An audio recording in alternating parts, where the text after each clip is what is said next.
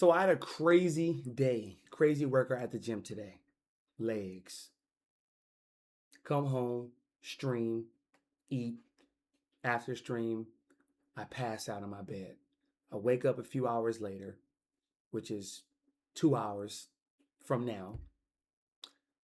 I wake up 2 hours later, and the first thought that comes to my mind is basketball. So I get up, go take a shower, and when I'm in the shower, it speaks to me. Spirit says, why you'll never stop playing basketball. Now, this is going to be a very heartfelt video to all my athletes out there. And you can use this if you're a football player, a baseball player, a wrestler, a swimmer, a golfer. It doesn't matter, right? But my medium is basketball. Basketball was my first ever love.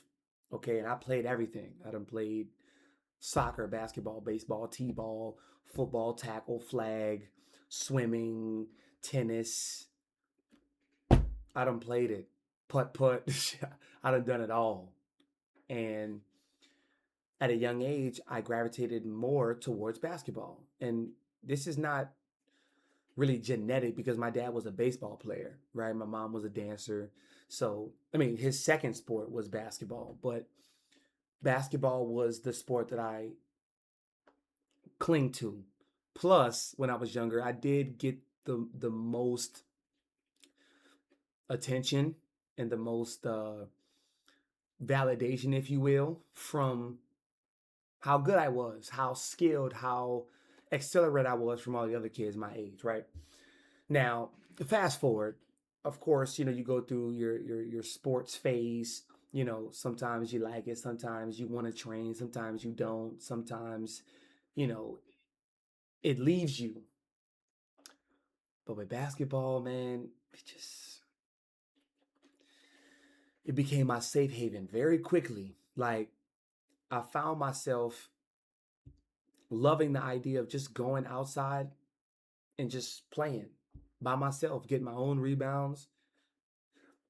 And that's not common. That's not, you can really tell someone's love for the game by what they're willing to put in.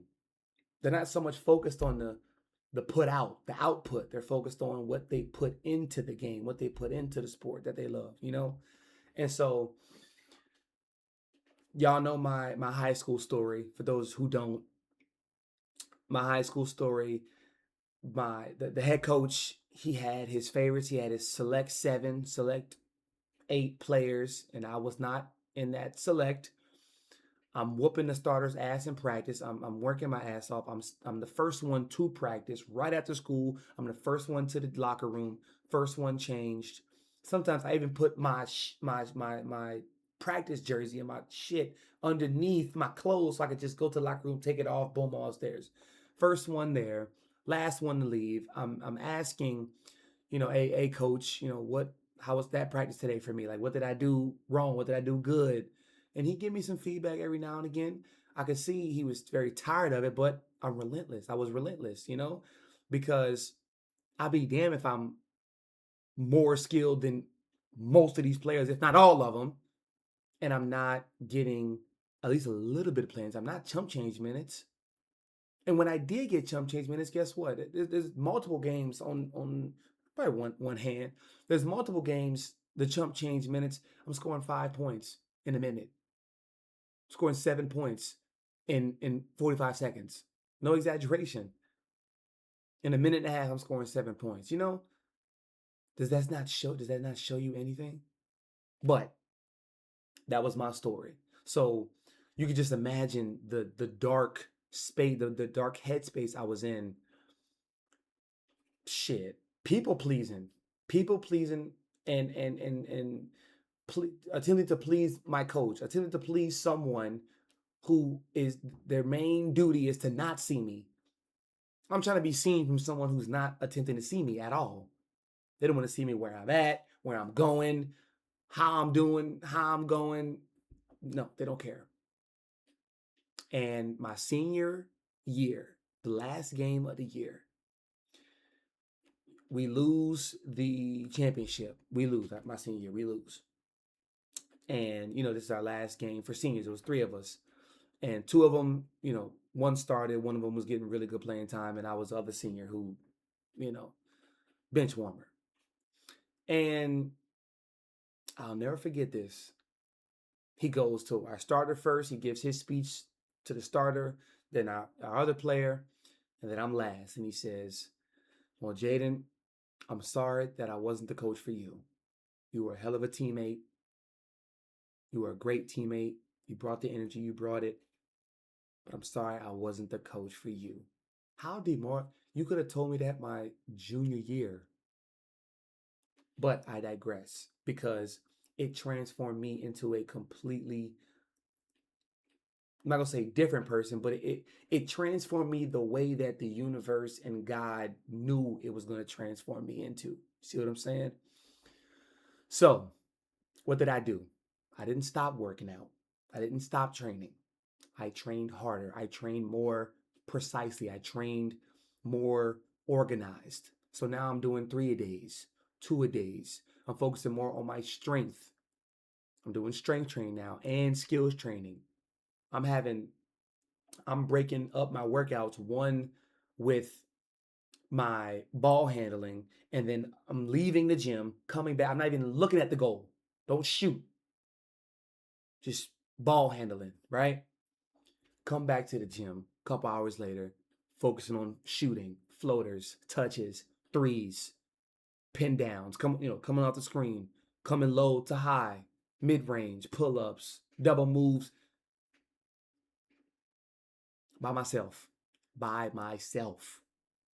on my own will. So it goes to show, right, athletes out there, what you do on your free will, what you do with your time tells a lot about what you care about. Fast forward, I meet Coach Nay on Xbox playing 2K. She's a AAU coach for unsigned seniors. I can't make this up. I can call her right now. I meet her. It's summertime. I just graduated. I don't know where I'm going. I have no offers. I have no tape. I have no film. Nobody helped me. Nobody guided me. I don't know what the fuck. I have no idea. None. Zero. But yet I triple down, quadruple down with the work, not knowing what's ahead of me. She picks me up. Random stranger. I meet her through the game. I see her Instagram. We talk. She's like, okay, boom, right? How are your grades? I had average grades, right? Stop caring about school. She picks me up from my house. We go to tryouts. You know that feeling when it's like you hear what people, where you're at, you're conscious of your environment, but you're in a whole different space. You're in a whole different dimension. Yeah, that's what happened whenever I walked into this gym to try out. That's what happened. I'm saying busting they ass. And it wasn't about them. Because I still talk to one of my teammates in particular on that team to this day. He's a pro, you know what I'm saying? Doing his thing. He's still playing. It wasn't about them. It was about me. It was selfishly about me. And then after that season, balled out, that's when I got my offers. She helped me so much. She guided me so much. So much. She's the best coach I ever had. Ever. Especially for that time, for that period of life. She was an angel for me. Seriously. So then I go on to play against professionals. We travel all across the world. And we're playing against people from, New Zealand, Africa, South Africa, Australia, China, and they're coming over here. We're playing at different universities, D2 universities, a lot of prep academies. You know what I'm saying? But that's essentially what we were. We were a prep academy, but with no school, right? No school, prep academy. Like this is, it was the real deal, bro. And I want to talk about that because a lot of people yeah, I skipped over the college route. I didn't want to go to college because if I wasn't going for basketball, and of course I would have maybe uh, sacrificed for the schooling part, the education part, but I wanted to play basketball. See, mission. I knew what I wanted to do. Nothing else. An unwavering purpose, unwavering faith. I told my folks I don't want to go to college if it's not for basketball, and I'm not. So I skip that and I get this opportunity that I asked for, that I willed into this existence. Huh? I get real passionate talking about this because it's just it's my life. It's my life, y'all. And I have a great I mess up my ankle, go to physical therapy. That was great. First time really going to physical therapy. That was great. I learned so much I still use to this day about isometrics, plyometrics, calisthenics. Amazing. Shit that'll shit that'll make a bodybuilder crumble like a little bitch. Word up.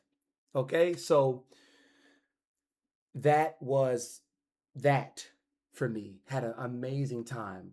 Amazing time. And I played amazing. I played great. And you cannot prejudge any level of basketball because a lot of people do that.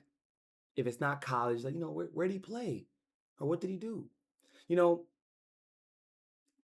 I'm going to say this to you guys. It kind of hurts, but I manage. My mom, my family, my mom, my dad, my family, my immediate family, they don't really know what I did. Like somebody else asks, they don't know what to say because it's not college. It's not, I didn't go to university. I didn't go to,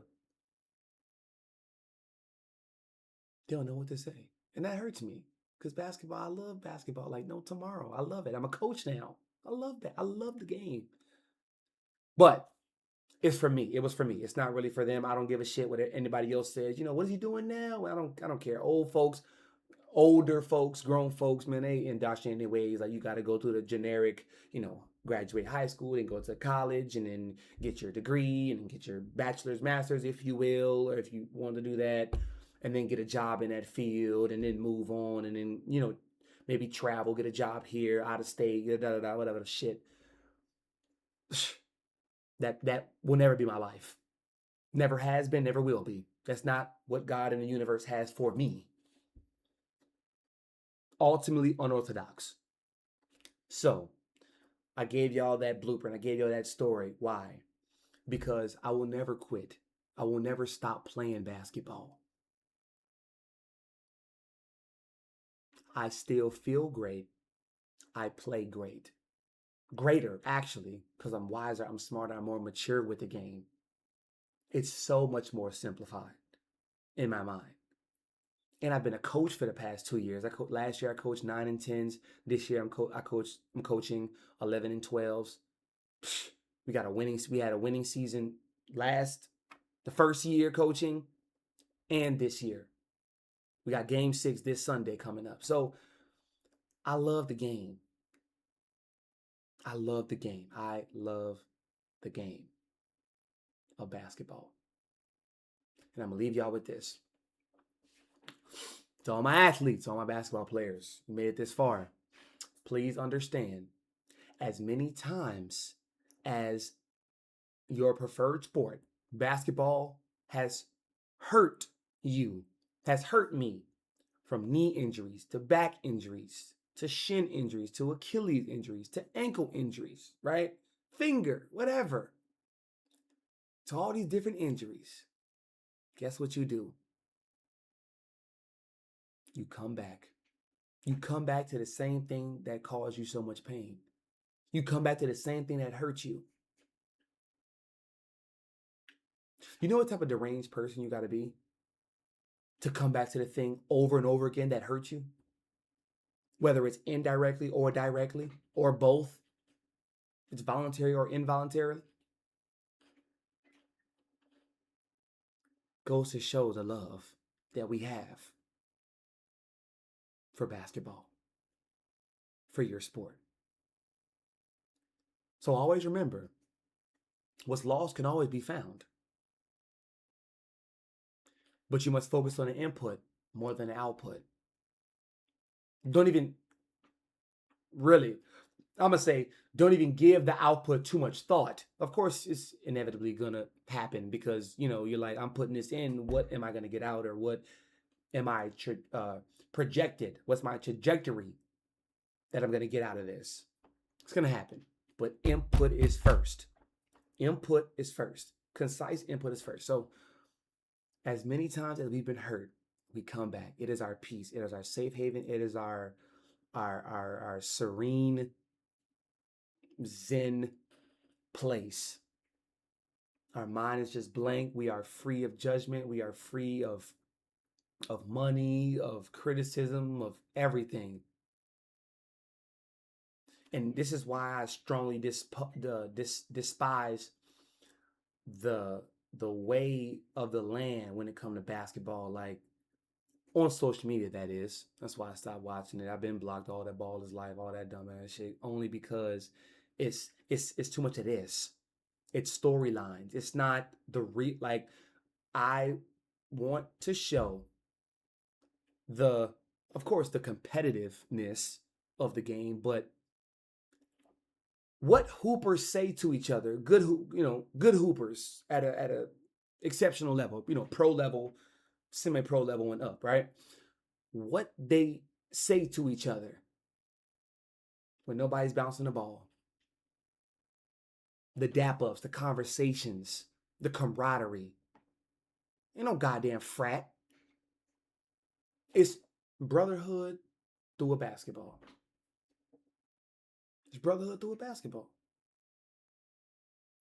Hey, bro, hey, I'm going to see you again, bro. Hey, good shit today, nigga. Hey, you killed that.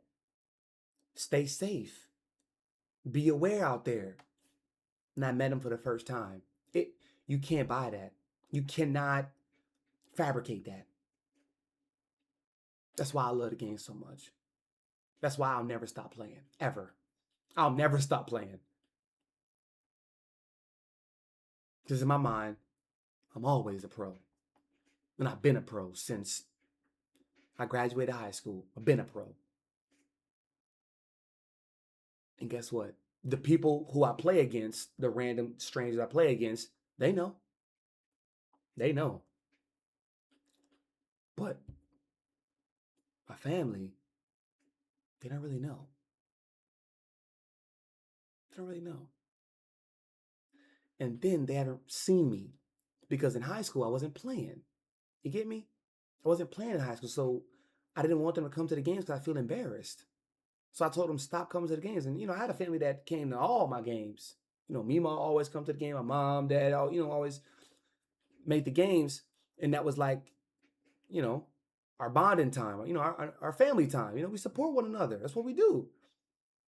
But they haven't been to a game since my 8th grade year, for real. And that part doesn't really hurt me too much because I told them, I made them aware that, hey, I feel embarrassed because y'all gonna keep coming to the games to do what? To just watch your boy sit on the bench and just clap his hands and do all this. And, I went to my mom multiple times, cried. And so like, Mom, I want to quit. I want to stop playing, all that. And she was like, hey, stick through it. Stick it out. Don't quit. Stick it out. And I did. And here I am. But I'm saying all that to say, cherish the game that you love. Mine just so happened to be basketball. To all my hoopers out there, keep hooping. Keep stretching, most importantly, right? Stay healthy, eat better, drink your water, and be around